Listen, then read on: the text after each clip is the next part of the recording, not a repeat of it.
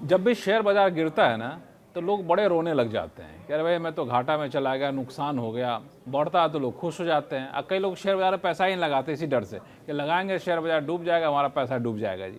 लेकिन आज हम आपको एक तरकीब बताने जा रहे हैं कि शेयर बाजार नीचे जाए, शेयर बाजार ऊपर जाए, कहीं से कोई फर्क नहीं पड़ेगा। आप लगाइए शेयर बाजार में पैसा और छोटे चंद हज़ार रुपये लगाइए, करोड़पति बन जाइएगा।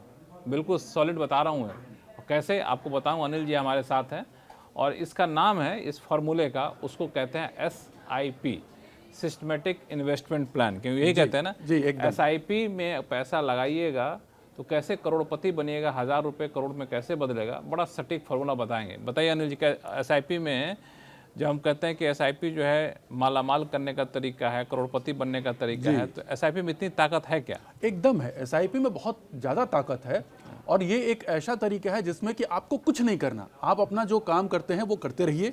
आप एक छोटा अमाउंट हर महीने अगर डाल देते हैं, आपको शेयर बाजार के गिरने उठने से कुछ नहीं, आपको मतलब ही नहीं, ना आपको जानने की ज़रूरत है, ना आपको उधर ध्यान देने की ज़रूरत है।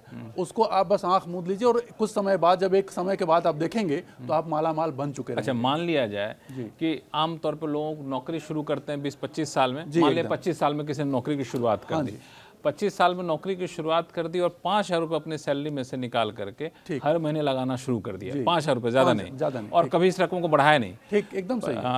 30 साल बाद, 30 साल तक लगातार वो 5-5 हज़ार रुपये ही लगाए, भले सैलरी लाखों में क्यों ना चले जाए, तो 30 साल बाद वो पैसा कितना हो जाएगा? देखिए, मार्केट का जो है, निफ्टी की एक बात कहूँ मैं, इंडेक्स की केवल बात करूँ मैं, जिसमें कि हैवी वेट होते हैं, तो निफ्टी का जो एवरेज रिटर्न हो है वो करीब लगभग ऑन एन एवरेज 15% का रहता है। पिछले 30 सालों को देखते हैं तो 15% का एवरेज रिटर्न है। अब अगर हम 15% के हिसाब से उसको कंपाउंड करते हैं तो 30 सालों में ये 5,000 रुपये जो अगर वो 30 साल तक लगातार लगाते रहते हैं तो ये 3 करोड़ में बदल जाते हैं। 5,000 रुपये लगाइए, 3 करोड़ रुपये बदल पाइए। जाएंगे। बाजार नीचे जाए टेंशन मत लीजिए, क्योंकि आपको कुछ नहीं करना। 15% जो कह रहे हैं आप, वो एवरेज रिटर्न है। एवरेज रिटर्न गिरते पड़ते इतना मिल ही जाता है। एकदम। तो ये देखा आपने SIP की ताकत कि 5,000 रुपये लगाएंगे 25 साल की उम्र में, लगाते जाइए, न तो निकालिए न तो बढ़ाइए। 55 साल की उम्र में यानी 30 साल बाद, रिटायरमेंट से 5 साल पहले वो 3 करोड़ रुपए हो जाएंगे। रिटायरमेंट तक 3 करोड़ रुपए जुटाने के लिए बड़ी मेहनत करने लग जाते हैं। और लोग सोचते कब पता है, लोग सोचते हैं 45 साल बाद, जब खर्चे बढ़ते हैं ना, तब लोग सोचते हैं पैसा लगाना है कि नहीं लगाना है। तो मत सोचिए, आप अभी से लगाना शुरू कर दीजिए तो उतना फायदा आपको मिला। अच्छा, ये बताइए SIP में लगाने के लिए करना क्या चाहिए? SIP में लगाने अच्छा, SIP होता है क्या, पहले समझाइए। SIP क्या है? सिस्टमेटिक इन्वेस्टमेंट प्लान है। ये है म्यूचुअल फंड में ही निवेश।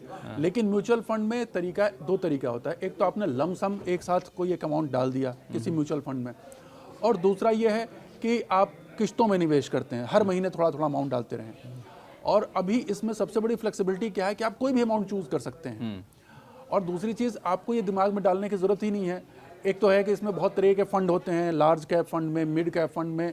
हमने जो भी कैलकुलेशन बताया वो केवल और केवल निफ्टी, मतलब जो निफ्टी बेस्ड इंडेक्स्ड लिंक्ड जो है फंड है, उसका ही रिटर्न बताया है, जिसमें सबसे सेफेस्ट होता है। अगर ये, जैसे अगर थोड़ा सा अगर आप जानते हो बाजार के बारे में, आपकी समझ है, तो अगर आप हाइब्रिड में चले जाएं, जिसमें कि थोड़ा सा लार्ज कैप भी है, थोड़े से मिड कैप में है, थोड़े से स्मॉल कैप में भी हैं, अगर इस तरीके की कोई चूज़ कर लेंगे आप सिस्टम को, तो आपका रिटर्न बढ़ जाता है। तो ये बताइए कि SIP का मतलब हो गया कि आप किस्तों में निवेश करिए। आप म्यूचुअल फंड में मोटे तौर पे निवेश कर रहे हैं, तो म्यूचुअल फंड में कौन सा चुनना है वो चुन लीजिए आप। एकदम। चुनने वक्त क्या ख्याल रखें कि हमारी उम्र का ख्याल रखें कि क्या ज़रूरत का ख्याल रखें? इसमें सबसे बड़ी खासियत है, देखिए, ये इसमें सारा जो सीक्रेट है ना, वो है तो है कंपाउंडिंग का। कंपाउंडिंग को वैसे भी फाइनेंस की दुनिया में जो है 8वां वंडर कहा जाता है, क्योंकि ये एक टाइम के बाद बहुत तेजी से वैल्यू बढ़ाता है। कंपाउंडिंग मतलब समझ रहे हैं कि नहीं समझ रहे? कंपाउंडिंग मतलब ये हुआ कि आपने डाला 10 रुपया, ब्याज मिल गया 2 रुपया, चक्रवृद्धि ब्याज, फिर अगली बार 12 रुपये पे ब्याज मिलेगा, फिर ब्याज मिला 12 रुपये, 5 रुपये, तो 17 रुपये हो गया, फिर अगली बार 17 रुपये पे ब्याज मिलेगा। उसी को कहते हैं पूंजी प्लस ब्याज, फिर ऊपर ब्याज, उस पर ब्याज। तो वो जो है बढ़ता चला जाता है। तो ये तो चुनते वक्त क्या ख्याल रखें? चुनते वक्त खाली ये ध्यान रखना है कि एक तो आपको अच्छी जो है हाउस की म्यूचुअल फंड जो है आपका रिलायबल हो, अच्छा हो। बहुत बड़े बड़े नाम हैं, लगभग जितने अच्छे बैंक हैं सबके अपने म्यूचुअल फंड हैं, तो वहाँ से आप कोई भी एक बढ़िया ले सकते हैं। और दूसरा चीज इसमें जैसे मैंने कहा कि चूंकि सारा सीक्रेट कंपाउंडिंग का है और कंपाउंडिंग के लिए टाइम सबसे बड़ा फैक्टर है, तो जितना अर्ली आप स्टार्ट करेंगे उतना ही कम पैसे में आप करोड़पति जल्दी बन जाएंगे। तो जितना जल्दी वो शुरू कर लिया करिए, जब आफत पड़े तब शुरू करना नहीं, है। तब अच्छा, ये बताइए कि अगर हमें देखना हो जी कि कौन सा ज़्यादा रिटर्न दे रहा है, कौन सा कम, वो कैसे देख सकते हैं? एकदम ऑनलाइन पर सुविधा है। ऑनलाइन अगर आप जाएंगे ना तो वहाँ पर ऐसे बहुत सी वेबसाइट्स हैं जहाँ पर आप केवल गूगल में सर्च रखें करके, वहाँ डायल करके कि भाई बेस्ट परफॉर्मिंग म्यूचुअल फंड्स या बेस्ट परफॉर्मिंग SIP स्कीम्स, तो उसमें आपको पूरी लिस्ट आ जाएगी। ठीक है, कि कौन कौन सी पिछले कई सालों का आप उनके 10 साल का परफॉर्मेंस देख सकते हैं, पिछले 20 साल का परफॉर्मेंस देख, वहाँ से आप चुन लीजिए देख करके जहाँ भी है।